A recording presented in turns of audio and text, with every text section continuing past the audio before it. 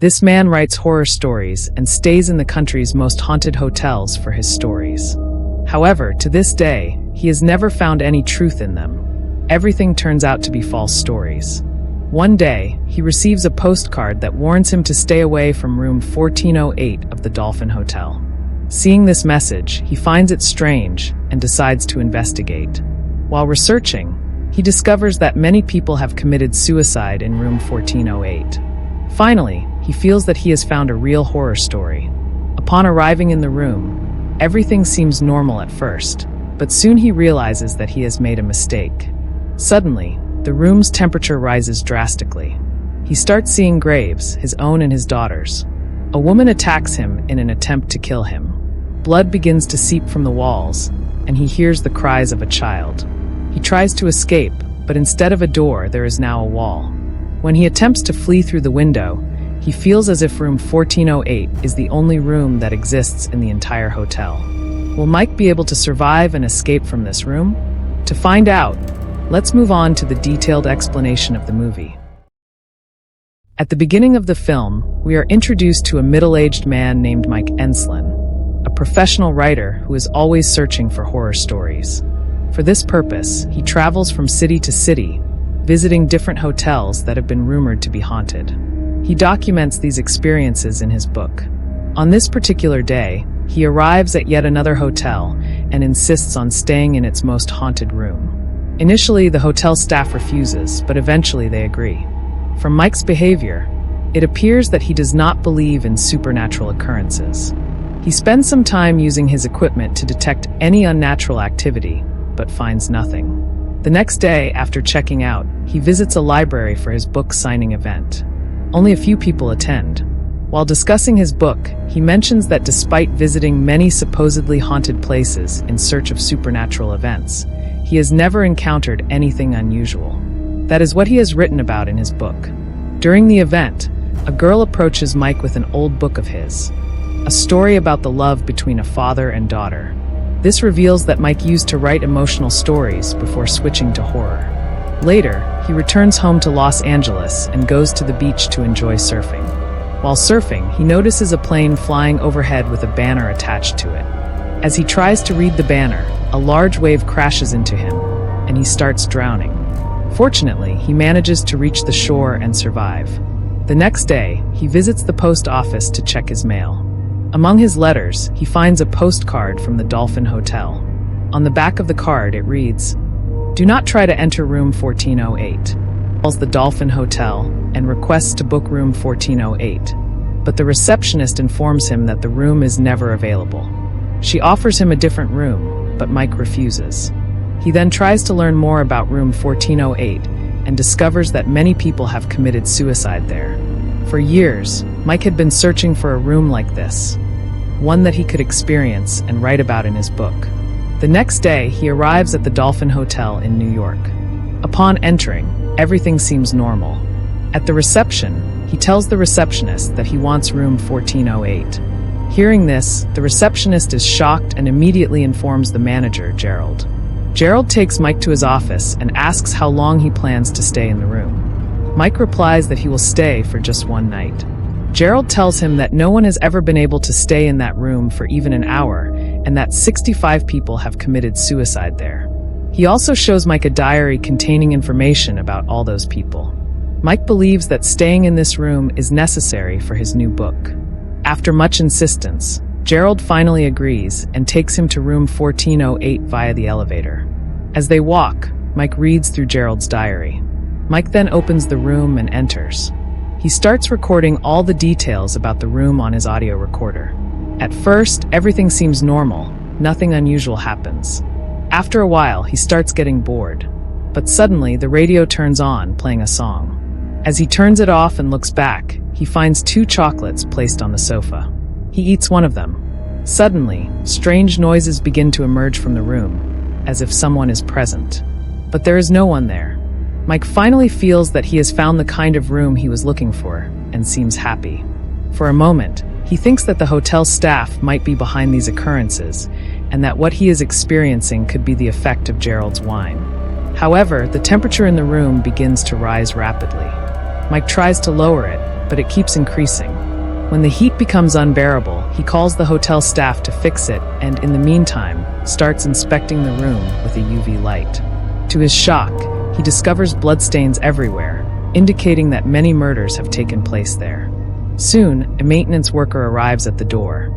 Mike feels relieved but is surprised when the worker refuses to enter the room, saying that his life is too precious. He instructs Mike on how to adjust the thermostat, and then suddenly disappears when Mike turns around. The radio starts playing loudly again, and the timer on it automatically sets itself to 1 hour.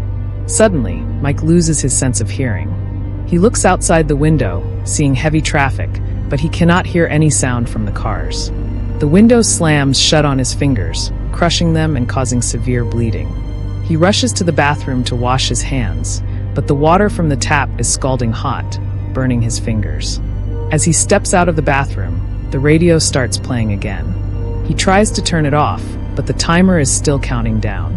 He attempts to call the hotel staff, but the phone is disconnected. Mike realizes he is truly trapped. He grabs his belongings and tries to escape the room, but the key breaks in the lock, and the door handle falls off. He kicks the door in an attempt to break it open, but it doesn't budge. He leans out of the window, calling for help. Suddenly, he sees a man in a nearby building and calls out to him. But soon, he realizes that the man is actually his own reflection. In the reflection, he sees a woman standing behind him, ready to stab him with a knife.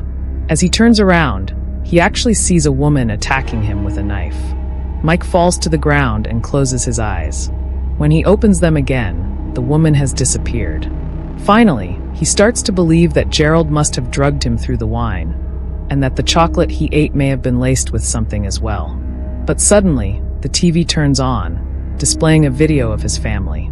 Mike tries to feel the presence of his daughter, Kathy, through the screen, but the TV shuts off. Suddenly, a child's screams echo through the room, as if someone is trapped behind the walls. Very soon, the noise becomes unbearably loud.